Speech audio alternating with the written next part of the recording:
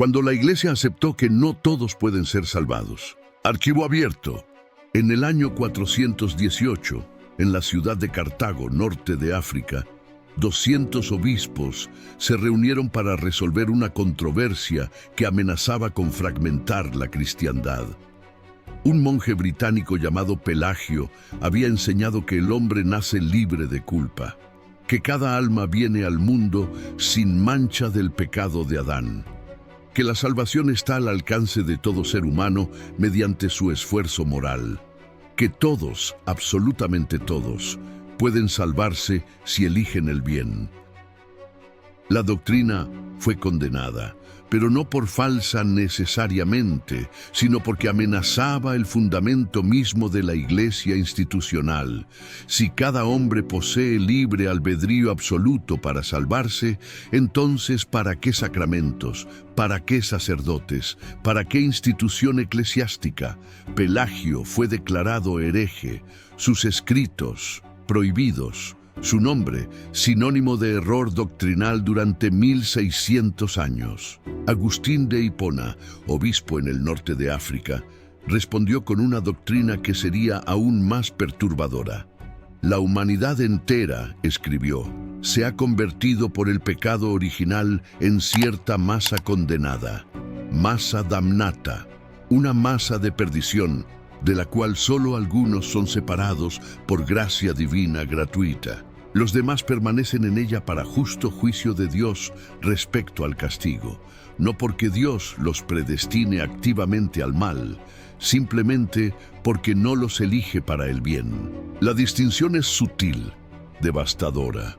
Dios no crea activamente la condenación, simplemente permite que la mayoría de la humanidad permanezca en el estado de condenación heredado de Adán.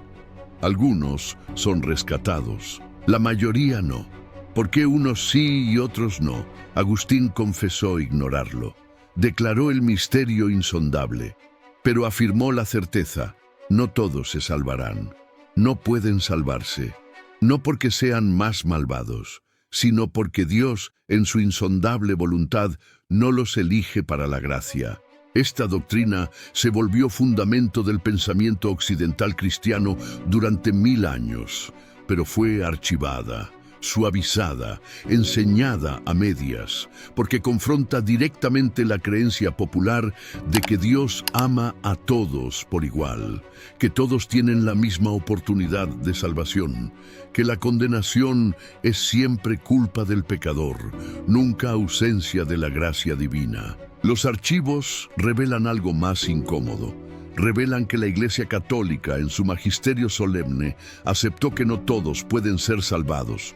No lo proclamó desde los púlpitos, no lo enseñó en catecismos populares, pero lo estableció doctrinalmente, lo archivó en actas conciliares, lo preservó en tratados teológicos accesibles solo a especialistas, lo mantuvo como verdad conocida, pero no difundida. Este es el archivo de esa verdad.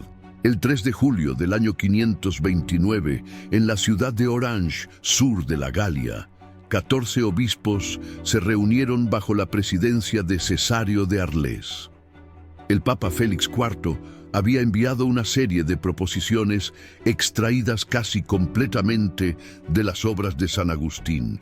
El concilio debía pronunciarse sobre la doctrina de la gracia y el libre albedrío, sobre si el hombre puede iniciar por sí mismo el camino hacia Dios, sobre si todos pueden salvarse. Los obispos redactaron 25 cánones. Condenaron el pelagianismo definitivamente. Condenaron el semipelagianismo, que afirmaba que el hombre puede dar el primer paso hacia Dios sin gracia previa. Establecieron que nada de bien puede el hombre sin Dios, que la gracia precede a toda obra meritoria, que incluso el inicio de la fe es don divino, no elección humana autónoma. Pero en el canon sobre predestinación, los obispos escribieron algo que la Iglesia recordaría, pero no difundiría ampliamente. Declararon anatema contra quienes afirmaran que algunos han sido predestinados por el poder divino para el mal. Con toda detestación pronunciamos anatema contra ellos. Dios no predestina activamente al infierno. Esto quedó establecido como doctrina, pero inmediatamente agregaron: todos los bautizados pueden y deben, con el auxilio y cooperación de Cristo, con tal que quieran fielmente trabajar, cumplir lo que pertenece a la salud del alma. Con tal que quieran fielmente trabajar. La condición es crucial, implica que algunos no querrán, que algunos no trabajarán fielmente, y que esos inevitablemente no se salvarán. No porque Dios los predestine al mal, sino porque Dios no les otorga la gracia eficaz que transforma la voluntad. Les da gracia suficiente para que puedan salvarse si cooperan, pero no gracia eficaz que garantice que lo harán. El Papa Bonifacio II ratificó las actas del concilio el 25 de enero de 531. Las decisiones alcanzaron autoridad ecuménica. Se incorporaron al magisterio ordinario de la Iglesia. Quedaron archivadas en el Enchiridion Symbolorum, compendio de definiciones dogmáticas, accesibles, documentadas, pero raramente enseñadas en su implicación completa. Porque la implicación completa es esta: la Iglesia Católica aceptó oficialmente que Dios no predestina a nadie al infierno, pero también aceptó que Dios no otorga a todos la gracia que efectivamente los salvará. Que hay diferencia entre gracia suficiente, que hace posible la salvación, y gracia eficaz, que la realiza de hecho. Que Dios da la primera a muchos, la segunda solo a algunos. ¿Por qué esta distinción? El concilio no lo explicó, lo declaró misterio. Misterio que debe aceptarse con fe, no escudriñarse con razón. Los teólogos posteriores intentaron resolver la tensión. Unos enfatizaron la libertad humana, cayendo en semipelagianismo. Otros enfatizaron la soberanía divina, cayendo en predestinacionismo.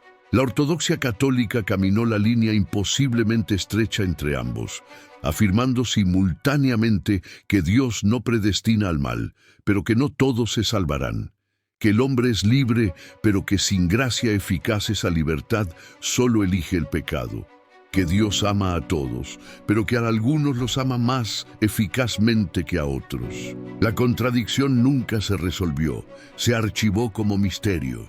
Durante el siglo IX, un monje sajón llamado Godescalco llevó la doctrina agustiniana hasta sus consecuencias lógicas extremas. Enseñó una doble predestinación simétrica. Así como Dios predestina a algunos para la vida eterna, predestina a otros para la muerte eterna, antes de la previsión de pecados o méritos. La elección es anterior, absoluta, irrevocable. Algunos fueron creados para gloria, otros para condenación. Ninguno puede cambiar su destino. La Iglesia lo condenó inmediatamente. Sínodos en Quiersy y en Valence analizaron su doctrina, la rechazaron. Afirmaron que Dios no predestina al mal, que Cristo murió por todos los hombres, no solo por los elegidos, que la voluntad salvífica divina es universal. Godescalco fue encarcelado, murió sin retractarse. Sus escritos destruidos o archivados como herejía. Pero la condena de Godescalco reveló la tensión irresoluble, porque los sínodos que lo condenaron debían explicar entonces por qué, si Dios quiere salvar a todos y Cristo murió por todos, no todos se salvan de hecho. La respuesta fue porque no todos cooperan con la gracia. Pero entonces surge la pregunta, ¿por qué no todos cooperan? Respuesta, porque no reciben gracia eficaz. Pregunta, ¿por qué no reciben gracia eficaz? Respuesta, misterio insondable de la voluntad divina. El círculo lógico se cierra sobre sí mismo sin resolución. Godescalco fue condenado por llevar la lógica agustiniana a su conclusión simétrica, pero nadie pudo explicar satisfactoriamente cómo evitar esa conclusión manteniendo las premisas agustinianas. Entonces se decretó que el tema excede la comprensión humana, que debe aceptarse en fe, que escudriñarlo es soberbia intelectual. En el siglo XIII, Tomás de Aquino intentó sistematizar la doctrina. Distinguió entre predestinación y reprobación. La predestinación es positiva. Dios elige activamente a algunos para gloria. Les otorga gracia eficaz. Los guía infaliblemente hacia salvación. La reprobación, en cambio, es negativa. Dios simplemente no elige a algunos para el bien sobrenatural. Los deja en el estado de naturaleza caída. Permite que pequen y luego, habiendo previsto sus pecados, los condena justamente. Tomás escribió que la reprobación tiene dos aspectos. El primero, anterior a la previsión de pecados. Dios decide no otorgar gracia eficaz. El segundo, posterior a la previsión de pecados. Dios condena por las culpas cometidas. Así se preserva la justicia divina. Nadie es condenado sin culpa, pero la culpa misma es consecuencia de la ausencia de gracia eficaz. Y la ausencia de gracia eficaz es decisión divina anterior a toda culpa. La solución tomista se volvió doctrina estándar. Se enseña en todas las facultades de teología católicas, pero raramente se explican sus implicaciones completas. Que implica que Dios decide, desde toda eternidad, no otorgar a algunos la gracia que efectivamente los salvaría, que esa decisión es anterior a cualquier mérito o demérito, que es, en cierto sentido, predestinación al infierno, aunque no se llame así formalmente, porque decidir no salvar a alguien cuando se podría salvarlo es, de facto, decidir su condenación. Los archivos teológicos contienen estas distinciones, preservadas, accesibles, pero archivadas lejos de la pastoral popular. En el siglo XVI, Juan Calvino resucitó la doctrina de la doble predestinación con virulencia renovada.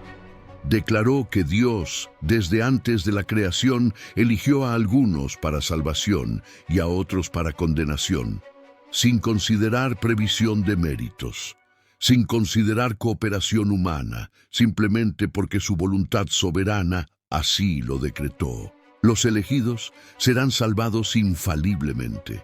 Los réprobos serán condenados infaliblemente. La gracia es irresistible para los primeros, imposible para los segundos. La Iglesia Católica condenó el calvinismo como herejía.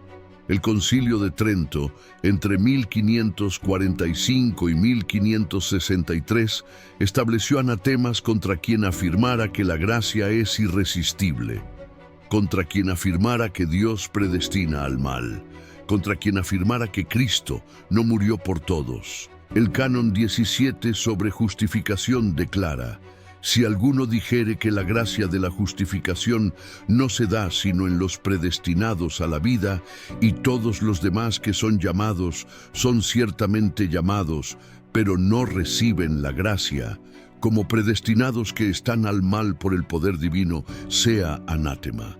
Pero Trento no resolvió la tensión fundamental, porque también enseñó que sin gracia nadie puede perseverar hasta el fin, que la perseverancia final es don especial de Dios, que no puede merecerse, que Dios lo otorga a quien quiere. Y si no todos reciben el don de la perseverancia final, entonces no todos se salvarán. No porque Dios los predestine activamente al infierno, sino porque no les otorga el don que los salvaría. La distinción verbal preserva la ortodoxia, pero la realidad práctica es idéntica a la herejía condenada. Dios decide, desde toda eternidad, a quienes otorgar el don de la perseverancia. Los demás, aunque reciban gracia suficiente, aunque se justifiquen temporalmente, acabarán perdiendo la gracia y condenándose, no por predestinación activa al mal, por ausencia de predestinación positiva al bien. En el siglo XVII, Cornelio Jansenio, obispo de Ypres, publicó póstumamente un tratado sobre la doctrina de San Agustín. Argumentó que la Iglesia Católica había suavizado demasiado la enseñanza agustiniana, que Agustín enseñó claramente que Cristo no murió por todos, que la gracia es irresistible, que quienes no son elegidos para gracia eficaz permanecen inevitablemente en la masa condenada. El jansenismo fue condenado. El Papa Inocencio X, en 1653, condenó 5 proposiciones extraídas del Augustinus de Jansenio. Declaró heréticas las afirmaciones de que algunos mandamientos son imposibles para los justos que quieren cumplirlos, que la gracia interior es irresistible, que en el estado de naturaleza caída el hombre no puede resistir la gracia, que Cristo no murió por todos. Pero la condena del jansenismo creó problemas teológicos que nunca se resolvieron satisfactoriamente, porque las 5 proposiciones condenadas pueden encontrarse, con ligeras variaciones verbales, en los escritos de San Agustín. Entonces, San Agustín era hereje, lo cual es inaceptable porque es doctor de la Iglesia, o las proposiciones son ortodoxas en cierto sentido y heréticas en otro, lo cual requiere distinciones cada vez más sutiles. O San Agustín debe leerse con interpretación benévola, mientras Jansenio con sospecha, lo cual es inconsistente pero políticamente necesario. La Iglesia eligió la tercera opción. San Agustín fue declarado ortodoxo, Jansenio hereje, aunque enseñaran doctrinas virtualmente idénticas, porque San Agustín tiene autoridad doctrinal, Jansenio no. La verdad doctrinal depende entonces no solo del contenido, sino de quién la enseña, y cuándo, y en qué contexto político-eclesial. Los archivos jansenistas fueron sellados. Permanecen accesibles solo a investigadores autorizados. La historia oficial enseña que el jansenismo fue error teológico. No enseña que fue, en muchos aspectos, agustinismo sin suavizar. La pregunta que permanece archivada en tratados teológicos especializados es esta: si Dios es omnipotente, omnisciente y perfectamente bueno, ¿por qué permite que alguien se condene eternamente? Las respuestas varían según la escuela teológica, pero ninguna resuelve completamente el dilema. Los tomistas responden: Dios permite la condenación para manifestar su justicia, así como la salvación manifiesta su misericordia. Si todos se salvaran, la justicia divina quedaría sin manifestación plena. Los condenados sirven para mostrar que Dios castiga justamente el pecado. Son, en cierto sentido, instrumentos para la gloria divina a través de la demostración de su justicia punitiva. Los molinistas, seguidores del jesuita Luis de Molina, responden diferente. Dios prevé mediante ciencia media qué haría cada persona en cada circunstancia posible. Elige crear el mundo donde más personas se salvan consistentemente con su plan providencial general. Algunos se condenan porque, en cualquier mundo posible donde existieran, rechazarían libremente la gracia suficiente que Dios les ofrece. Dios no causa su condenación, simplemente la permite porque respeta su libertad. Pero ambas respuestas enfrentan objeciones insuperables. Los tomistas no pueden explicar por qué es glorioso para Dios condenar eternamente a criaturas que creó, sabiendo que se condenarían.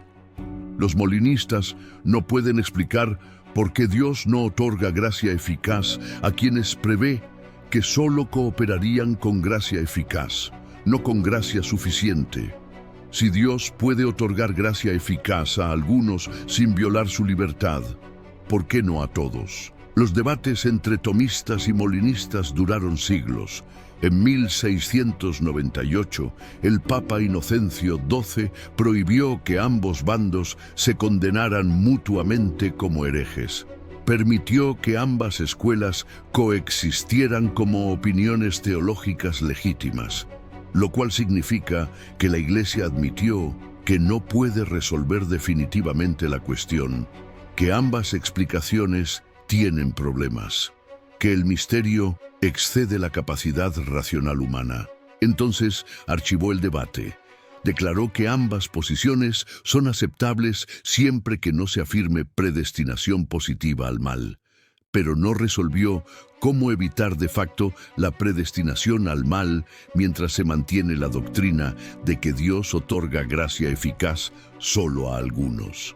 La distinción entre causar activamente y permitir pasivamente preserva la ortodoxia verbal, pero no resuelve el dilema moral. En 1963, durante el Concilio Vaticano II, algunos obispos propusieron que la Iglesia enseñara claramente la posibilidad de salvación universal, que nadie está definitivamente condenado hasta el juicio final, que Dios continúa ofreciendo gracia incluso después de la muerte, que el infierno podría estar vacío.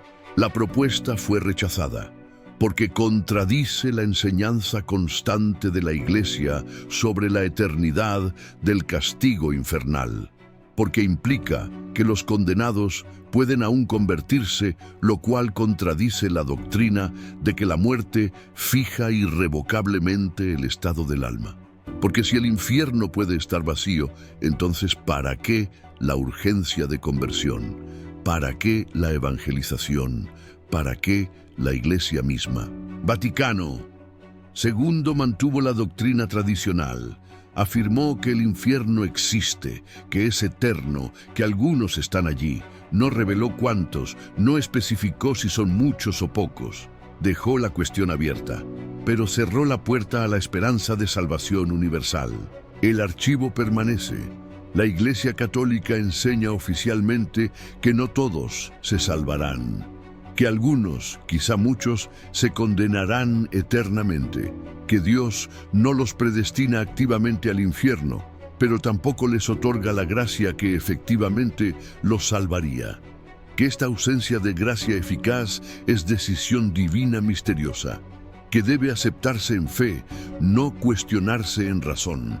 Los documentos magisteriales contienen afirmaciones que raramente se leen desde púlpitos.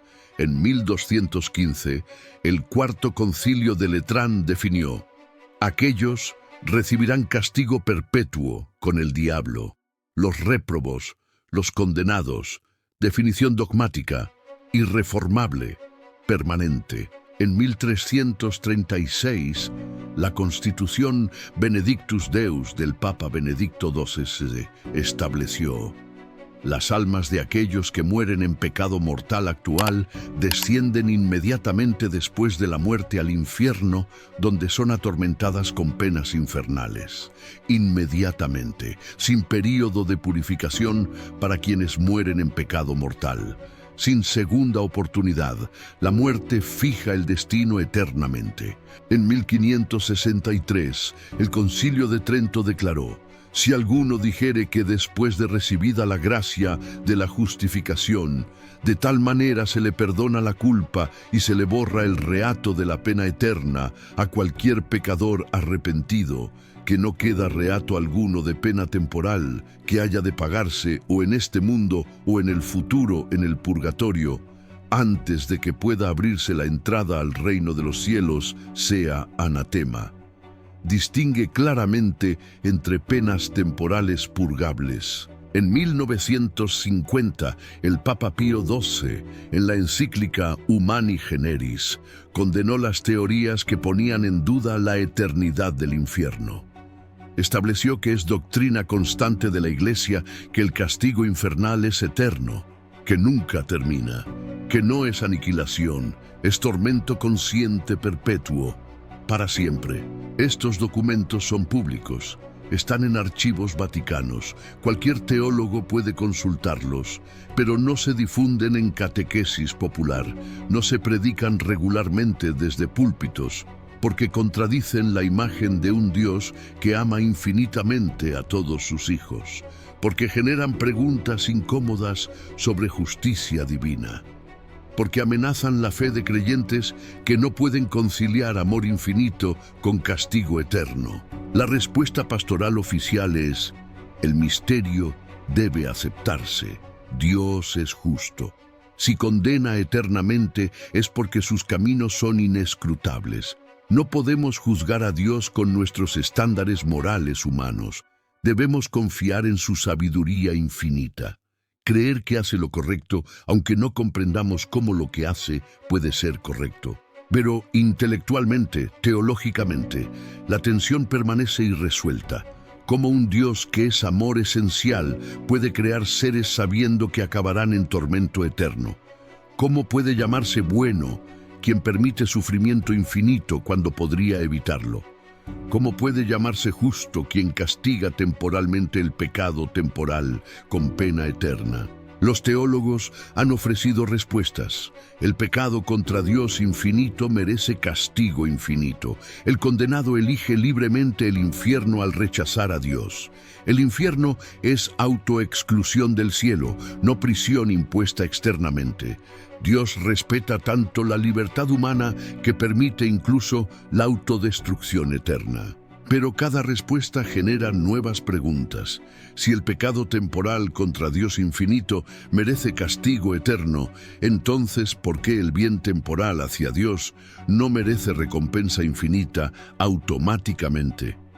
Si el condenado elige libremente el infierno, ¿por qué Dios no le otorga gracia eficaz que transforme su voluntad hacia el bien sin violar su libertad, como hace con los elegidos? Si el infierno es autoexclusión, ¿por qué es eterno e irrevocable en lugar de permitir conversión póstuma? Ninguna respuesta satisface completamente. El archivo teológico está lleno de tratados que intentan resolver la tensión. Todos admiten finalmente que es misterio, que excede capacidad racional, que debe aceptarse en fe. Pero la fe que debe aceptarse es perturbadora. Es fe en que Dios es bueno, aunque permite condenación eterna. Es fe en que es justo, aunque castiga eternamente pecados temporales. Es fe en que ama a todos, aunque no salva a todos pudiendo hacerlo. Es fe que contradice intuiciones morales básicas sobre bondad, justicia y amor. La Iglesia enseña esta fe, pero la archiva. No la predica vigorosamente, prefiere enfatizar la misericordia divina, la posibilidad de salvación, el amor infinito de Dios. Minimiza las referencias al infierno eterno. Raramente menciona que, según doctrina oficial, algunos están allí ahora, para siempre, sin esperanza, sin fin. El archivo permanece sellado en práctica pastoral, abierto solo en teología académica. El archivo concluye con la pregunta que la Iglesia acepta pero no proclama, con la verdad que preserva pero no difunde, con el misterio que enseña pero archiva. Cuando la Iglesia aceptó que no todos pueden ser salvados, aceptó simultáneamente que la fe cristiana contiene una contradicción irresoluble entre amor divino universal y condenación eterna particular, entre omnipotencia divina que puede salvar a todos y voluntad divina que no salva a todos, entre bondad esencial de Dios y permisión de mal eterno. Los concilios resolvieron la contradicción declarándola misterio. Los teólogos la resolvieron distinguiendo entre voluntad antecedente que quiere salvar a todos y voluntad consecuente que salva solo a algunos. Entre gracia suficiente que hace posible la salvación y gracia eficaz que la realiza. Entre predestinación positiva al bien y reprobación negativa que no es predestinación al mal, pero tiene el mismo resultado práctico. Las distinciones preservan la ortodoxia verbal, pero no eliminan la realidad que describen, que Dios, siendo omnipotente y bueno, permite que seres que creó se condenen eternamente, que podría salvarlos sin violar su libertad, como salva a los elegidos, pero no lo hace, que la razón por la cual salva a unos y no a otros permanece oculta en su voluntad inescrutable. Esta doctrina pone en crisis la fe, porque exige creer que Dios es bueno, incluso cuando hace o permite lo que juzgaríamos moralmente reprobable en cualquier otro agente. Pone en crisis la moral, porque si Dios puede castigar eternamente pecados temporales, entonces los estándares divinos de justicia son incomprensiblemente severos comparados con los humanos. Pone en crisis la identidad humana. Porque si algunos son elegidos y otros no, y la elección no depende de méritos, sino de decreto divino anterior a toda acción humana, entonces, ¿qué somos? ¿Elegidos o réprobos? Y no podemos saberlo con certeza hasta la muerte. Los reformadores protestantes extremaron la doctrina hasta sus consecuencias lógicas más duras. Calvino enseñó doble predestinación simétrica. Lutero declaró la voluntad humana esclava.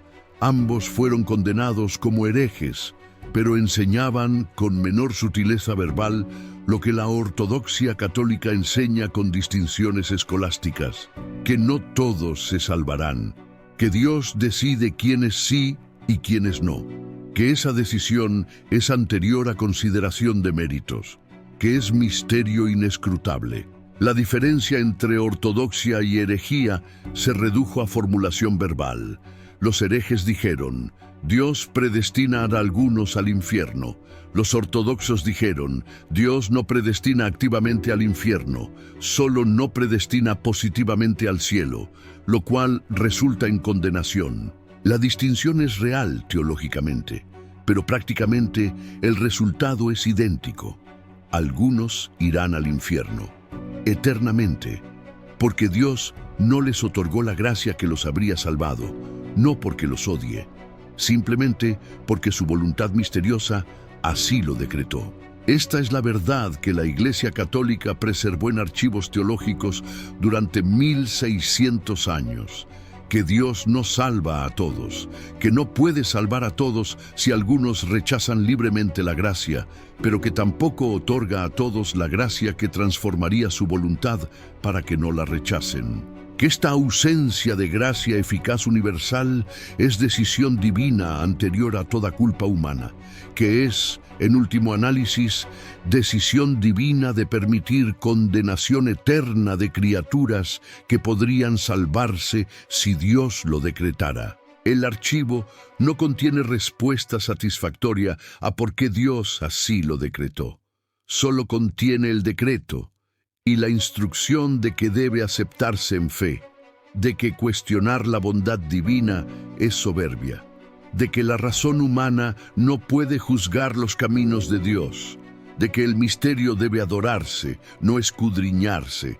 Pero el archivo también contiene el silencio pastoral sobre este misterio, la decisión de no predicarlo vigorosamente, de enfatizar misericordia sobre justicia, esperanza sobre temor, posibilidad de salvación sobre certeza de condenación, porque proclamar la verdad completa amenazaría la fe popular, porque la mayoría de creyentes no pueden sostener fe en un Dios que permite condenación eterna cuando podría evitarla. Entonces la verdad se archiva, se preserva en tratados teológicos, se enseña en seminarios, se defiende en debates académicos, pero se minimiza en predicación, se suaviza en catequesis, se oculta detrás del lenguaje pastoral sobre amor divino infinito y misericordia sin límites. El archivo permanece sellado en la práctica, abierto solo para quienes se atreven a confrontar la verdad que la institución preserva, pero prefiere no difundir.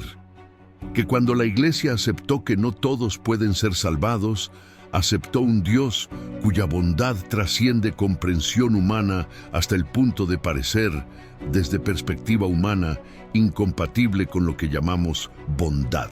Esa aceptación permanece en los documentos, en los concilios, en los tratados, en los archivos, esperando a quien se atreva a leerla completa, y a confrontar sus implicaciones devastadoras sobre fe, moral e identidad humana. El archivo prohibido.